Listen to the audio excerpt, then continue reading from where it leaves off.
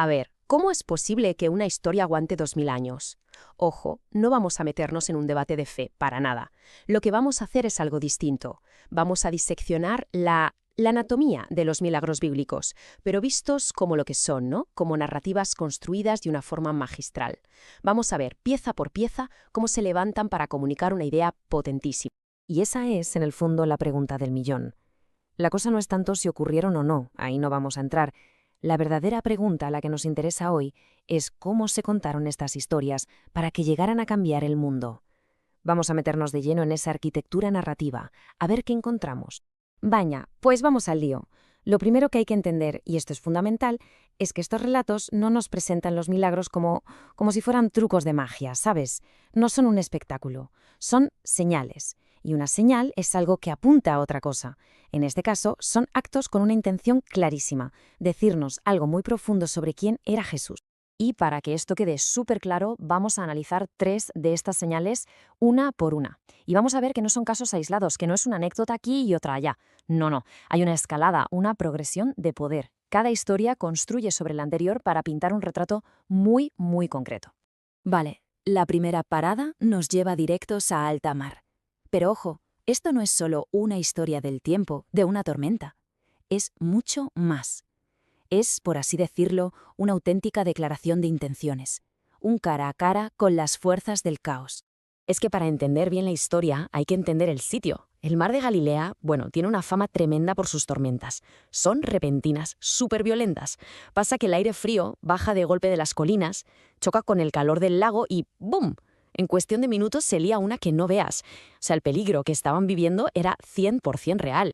Y aquí es donde el contraste es que es brutal. Tienes a marineros expertos, gente que se conocía ese lago como la palma de su mano, y están muertos de miedo. Y mientras tanto, ¿qué hace Jesús? Dormir. Plácidamente. Esa calma en mitad del caos es precisamente la chispa que enciende toda la tensión de la historia. Y ojo a las palabras que usa, porque son clave. No dice, por favor, cálmate. No es una petición, es una orden, en toda regla, casi una reprimenda. De hecho, es el mismo tipo de lenguaje que se usa en otros sitios para expulsar demonios. Esto nos dice que la historia no presenta la tormenta como un simple fenómeno del tiempo, sino como una fuerza hostil a la que hay que someter. Así que, ¿cuál es el quid de la cuestión aquí? Pues que el miedo de los discípulos no se va. Cambia de objeto. El pánico a la tormenta se convierte en un pavor reverencial hacia la persona que va con ellos en la barca. La historia no acaba con un «uf, qué alivio». No, acaba con una pregunta gigante flotando en el aire. ¿Pero quién es este hombre? ¿Qué clase de poder es este? Vale, cambiamos de tercio completamente. Dejamos atrás esa escena épica en el mar y nos vamos a una sanación mucho más íntima, muy personal y con una carga social que es tremenda. 12 años. La historia insiste en este número, y no es casualidad. Es para que sintamos el peso. No estamos hablando de una enfermedad de hace unos meses. Es una vida entera de sufrimiento, una condena que en la práctica la había dejado sin nada. La fuente nos describe una crisis por los 3 costados. Por un lado, la parte física, una hemorragia crónica. Por otro, la económica. Se había gastado todo lo que tenía en médicos. Pero lo peor, sin duda, era el aislamiento. La ley del Levítico la declaraba impura, y eso significaba que no podía tocar a nadie, ni ser tocada. Estaba completamente fuera de la sociedad, una marginada total. Y en esa desesperación hace algo increíble. Se salta todas las normas. Rompe el tabú social, se mete entre la multitud, arriesgándose a que la descubran, y todo para tocar, de forma anónima, el borde de su manto. Ella lo que busca es una curación a escondidas, ¿no? Pero claro, la historia da un giro. La sanación es instantánea, sí, pero el acto no pasa desapercibido. Y este es el corazón del relato. Es que Jesús no la deja, por así decirlo, robar la curación y desaparecer entre la gente. La llama, la saca a la luz, pero no para ponerla en evidencia, todo lo contrario, es para restaurarla por completo, delante de todos. Le da la seguridad de que está curada, le devuelve su dignidad y, lo más importante, le da una nueva identidad. La llama hija. La sanación va mucho más allá de lo físico, es una restauración total. Y con esto llegamos a la señal definitiva, al clímax. Este relato se nos presenta como el milagro que lo cambia todo, el que rompe todas las barreras y que de hecho va a ser el detonante directo del conflicto final.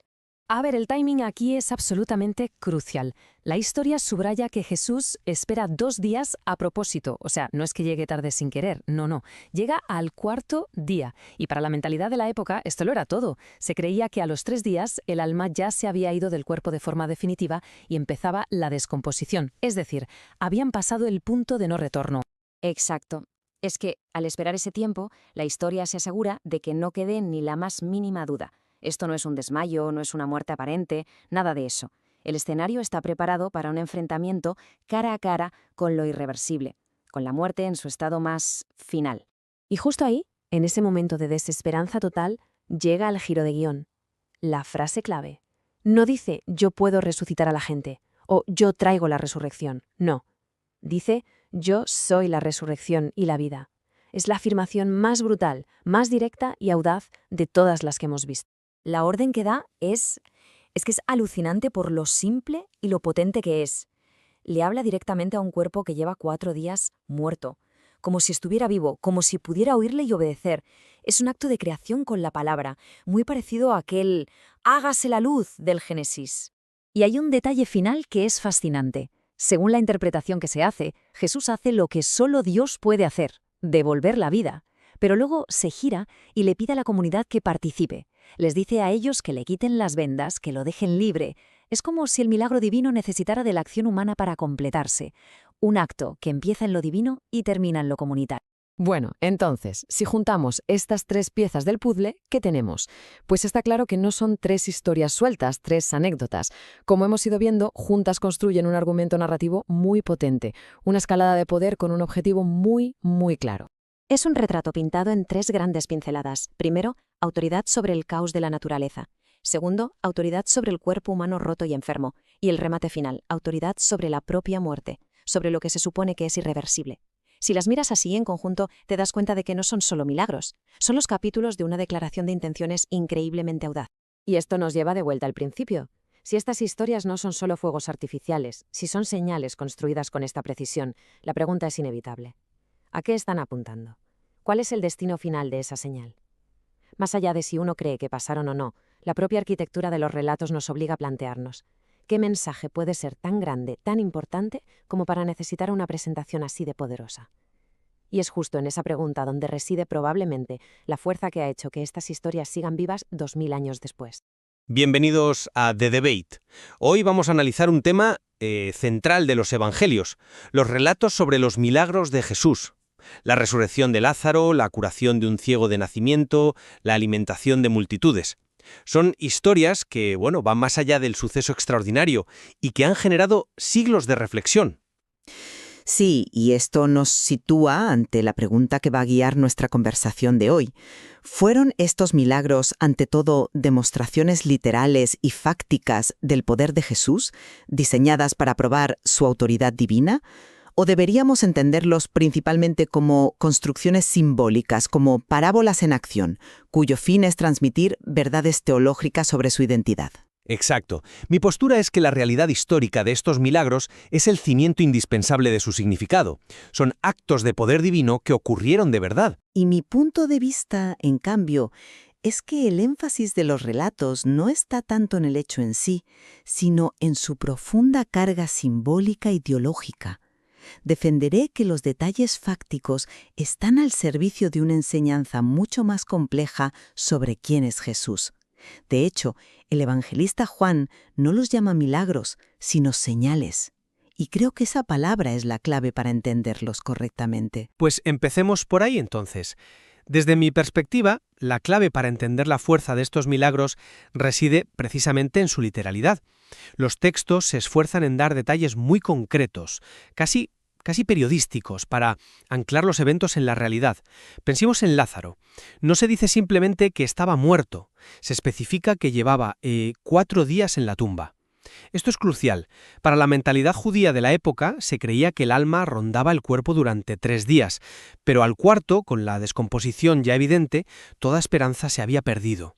El milagro, por tanto, no es solo revivir a alguien, es una confrontación directa y literal con la irreversibilidad de la muerte.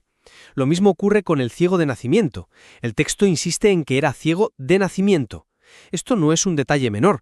Desde un punto de vista fisiológico, significa que su cerebro nunca aprendió a procesar la información visual. La curación no es una simple sanación, es un acto de creación, algo tangible que la gente podía ver y verificar. El significado teológico, por tanto, nace de estos hechos. Sin un evento real y extraordinario, la enseñanza que se deriva de él pierde toda su fuerza. Se convierte en una bonita historia y nada más. Entiendo perfectamente ese argumento, porque la fuerza de lo fáctico es innegable, pero creo que nos arriesgamos a quedarnos en la superficie.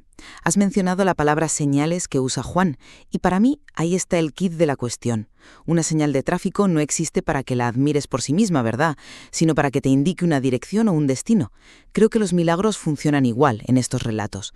Son el dedo que apunta a la luna, y mi interés está en la luna, no solo en el dedo. Volvamos al ciego de nacimiento. Es fascinante que el milagro ocurra inmediatamente después de que Jesús afirma «Yo soy la luz del mundo». El simbolismo es abrumador, y el método que usa, hacer lodo con saliva y tierra, es una alusión directísima al Génesis, a la creación de Adán a partir del barro. El autor no nos está diciendo solo «Jesús curó a un ciego», nos está gritando «Este es el Creador actuando de nuevo». De hecho, toda la segunda mitad del capítulo no trata sobre la curación, sino sobre un juicio a los fariseos por su ceguera espiritual. El milagro físico es la puerta de entrada a una enseñanza teológica mucho más profunda. Los detalles fácticos, son el vehículo, no el destino final del viaje. Pero ese vehículo tiene que ser real para llevarte a algún sitio. Si el coche es de cartón no llegas a ninguna parte. Tomemos el primer punto de debate. Lázaro. Insisto en que el clímax del relato, el momento de máxima tensión, es la orden directa a un cadáver. Lázaro, ven fuera. Es un acto de soberanía absoluta sobre la muerte. El propio Jesús, según el texto, retrasa su llegada a propósito. ¿Por qué? Para que no quede ninguna duda, para que la descomposición sea un hecho y el milagro sea incontestable. El mensaje es el poder. La afirmación «yo soy la resurrección y la vida» no es una filosofía abstracta, se demuestra con un hecho empírico. Un cuerpo que llevaba 4 días pudriéndose sale caminando de una tumba. Sin ese hecho las palabras se las lleva el viento. Sí, pero fíjate en cómo está construida la escena. El autor podría haber ido directamente a ese momento de poder. Sin embargo, se detiene largamente en el diálogo con Marta, en la fe vacilante de ella, en las lágrimas de Jesús. ¿Por qué llora si sabe que lo va a resucitar en 5 minutos? Porque el relato no va solo de poder, va de humanidad, de compasión y sobre todo de revelación. El autor usa la desesperación de la situación, ese detalle de los 4 días que tú muy bien señalas, para que la declaración «Yo soy la resurrección» caiga como una bomba teológica en el momento de mayor oscuridad. El milagro es la confirmación visual de esa enseñanza. Es el sello que autentifica la declaración. Pero la declaración es el documento importante. Si le quitas el diálogo previo, el milagro se queda en una exhibición de fuerza, impresionante, sí, pero sin ese calado teológico tan específico. Pero no es precisamente esa exhibición de fuerza lo que provoca la fe. La gente no cree por el discurso, cree porque ve a un muerto caminar. El poder es lo que valida el mensaje. Sin el poder no hay mensaje que valga. El acto es la lección. Yo diría que el acto es la ilustración de la lección. Una ilustración potentísima, desde luego. Pero si te quedas solo con la imagen, te pierdes el texto que la acompaña y que le da todo su sentido. El poder por el poder no es el objetivo. El objetivo es que entiendan quién es Él, y para eso necesita tanto las palabras como los hechos. Los hechos, en este caso, están al servicio de las palabras. De acuerdo, veo la interdependencia que planteas. Pero entonces, ¿cómo aplicamos esa lógica a un milagro sobre la naturaleza, donde no hay un diálogo previo ni una lección explícita? Pienso en la tempestad calmada. Ahí el elemento simbólico parece mucho menos directo. Lo que tenemos es un evento puro y duro. Es una pregunta excelente, porque nos obliga a buscar el simbolismo en otros detalles. Para ti, ¿qué es lo central en ese relato? Lo central es la desproporción entre la causa y el efecto. Tienes a un grupo de pescadores profesionales, gente que se ha criado en ese lago y conoce sus tormentas, y están absolutamente aterrorizados. No es una simple tormenta, están a punto de ahogarse. Y entonces, una sola palabra de Jesús provoca una calma total e instantánea. Eso no es natural. Las olas no se paran en seco. Es una violación de las leyes de la física. Y aquí la referencia cultural es clave. En la tradición judía, como se lee en los Salmos, el único que tiene poder sobre el caos del mar es Dios mismo. Así que cuando los discípulos ven esto, no están viendo un truco de magia. Están presenciando algo que creían reservado únicamente a Dios. Por eso su reacción no es de alivio, sino de pavor. ¿Quién es este? Esa pregunta es el objetivo de todo el relato. Estoy de acuerdo en que esa pregunta es el objetivo. Pero creo que el relato nos da más pistas sobre cómo responderla. Fíjate en el verbo que utiliza el evangelista. Dice que Jesús reprendió al viento y al mar. Es una palabra muy específica y es exactamente la misma que se usa en los evangelios para expulsar demonios. No dice calmó o detuvo, dice reprendió. Esto ya nos cambia el marco. No estamos ante un simple fenómeno meteorológico, sino ante una confrontación con fuerzas caóticas y hostiles. Es una batalla espiritual. Y lo más revelador es que la reprimenda final de Jesús no va dirigida a la tormenta, sino a sus discípulos. ¿Cómo no tenéis fe? De repente, el foco narrativo se desplaza del control del clima a la crisis de fe que hay dentro de la barca. El milagro externo sirve para poner de manifiesto un problema interno. Momento. Esa conexión del verbo reprender con los exorcismos es muy interesante, no lo niego, pero sigo pensando que la crisis de fe es una consecuencia del milagro, no su causa. Su falta de fe se revela porque no entienden el poder que acaban de presenciar. El evento físico es lo primero, la lección espiritual viene después.